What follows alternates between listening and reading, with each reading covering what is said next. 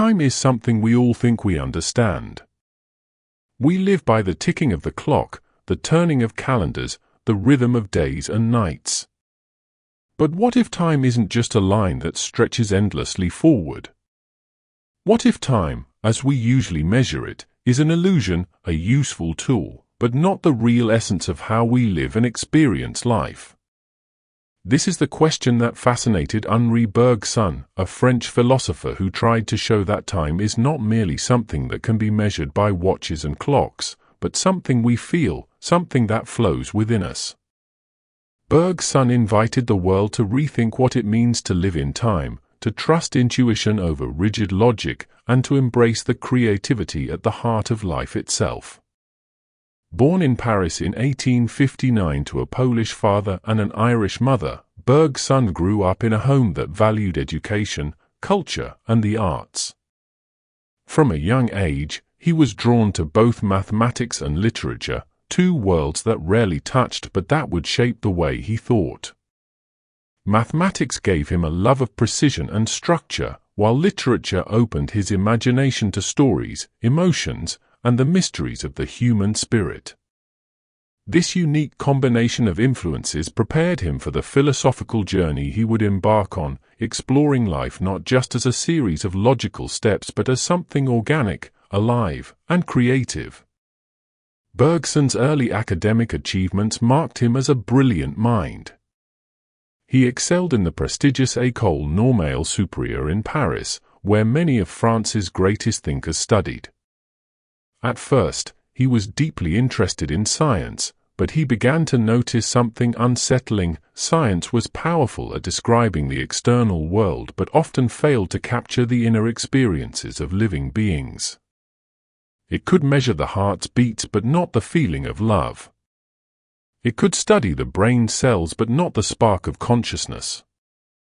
This realization drew him into philosophy, where he hoped to bridge the gap between the measurable outer world and the immeasurable inner one. His breakthrough came with the publication of his first major book, Time and Free Will, in 1889. In it, Bergson introduced his revolutionary idea of the la durée, or duration. He argued that the way we live and feel time is not the same as how the clock measures it. The clock divides time into seconds, minutes, and hours, each moment equal to the next. But when we experience time, say, when we wait for a loved one, or when we lose ourselves in a piece of music, time stretches, contracts, and flows in ways that no clock can record. This lived, qualitative time, this duration, is the true time of human experience. Imagine waiting for an important phone call. 5 minutes on the clock might feel like an eternity. Or think about spending hours with someone you love, those hours might feel like mere minutes.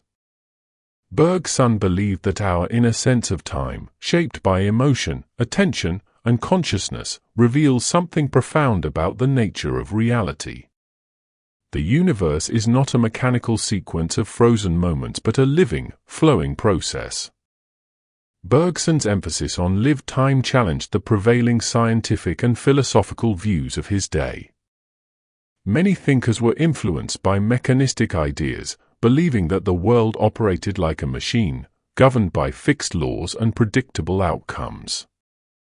Bergson countered this by highlighting life's spontaneity and creativity.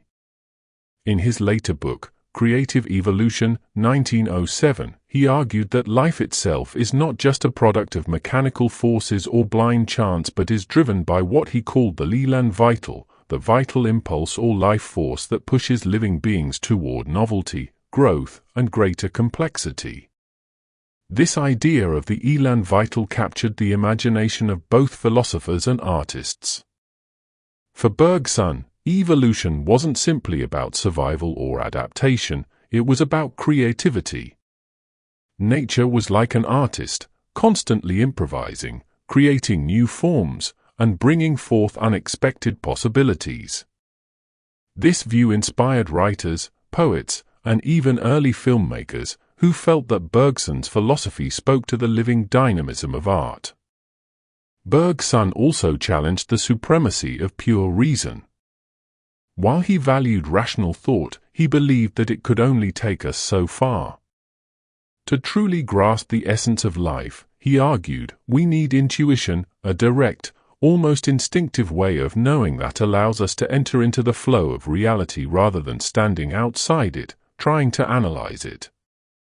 Logic breaks the world into pieces, intuition sees it as a whole. For example, think of listening to a beautiful symphony.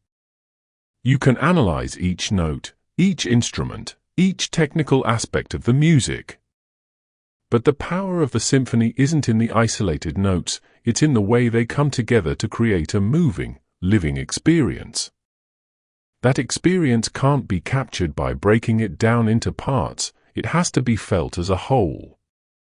Bergson believed that life itself is like that symphony, something we must enter into with intuition, not just dissect with reason. His philosophy gained enormous popularity in the early 20th century. Bergson became one of the most famous intellectuals in Europe, drawing large crowds to his lectures. In 1927, he was awarded the Nobel Prize in Literature, not for writing fiction or poetry but for the literary beauty and depth of his philosophical works. His ability to communicate profound ideas in a vivid and inspiring style made him a bridge between philosophy and literature, science and art. But his ideas also faced criticism. Some scientists accused him of being too mystical, while some philosophers felt that intuition could not be trusted as a reliable source of knowledge. Despite these criticisms, Bergson's work opened doors for new ways of thinking about consciousness, creativity, and the human experience of time. Bergson's reflections on time and intuition also had ethical and spiritual implications. He saw human freedom as rooted in our ability to act creatively, to break free from mechanical habits and rigid routines. True freedom, for Bergson, was not simply choosing between predetermined options but creating new possibilities, living authentically in the flow of duration. As the world plunged into the crises of the 20th century, the mechanized horrors of World War I and II, the rise of totalitarian regimes, Bergson's call to recognize the living, creative spirit of humanity became all the more urgent. He reminded us that to reduce life to mechanical calculations is to miss its essence. Today, Bergson's insights feel more relevant than ever.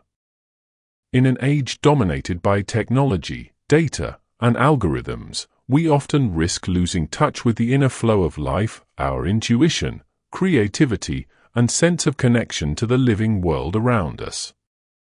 Bergson invites us to pause, to trust the wisdom that arises not just from analysis but from lived experience, and to see time not as a resource to be spent but as a river in which we are immersed.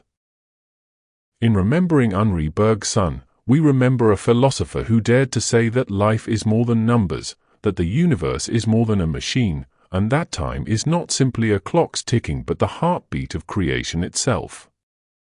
His vision of duration, intuition, and the creative spirit continues to challenge us to live more fully, to embrace the unpredictability of existence, and to honor the mystery and vitality of the life force that moves through all things. Bergson once wrote, "To exist is to change is to mature is to go on creating oneself endlessly." This quote captures the essence of his philosophy: life is movement, transformation, and growth. To live well is to flow with time, not resist it, to cultivate intuition alongside reason, and to recognize that the world is an ongoing act of creation in which we are participants, not mere observers. So, when you look at a sunset, listen to music, or lose track of time in a conversation with a dear friend, you're living in the realm that Bergson cherished, the realm of duration, the living, breathing time that cannot be measured but only felt. His teachings remind us that this inner time is where we discover our truest selves, our deepest freedom, and the creative spirit that makes us fully human.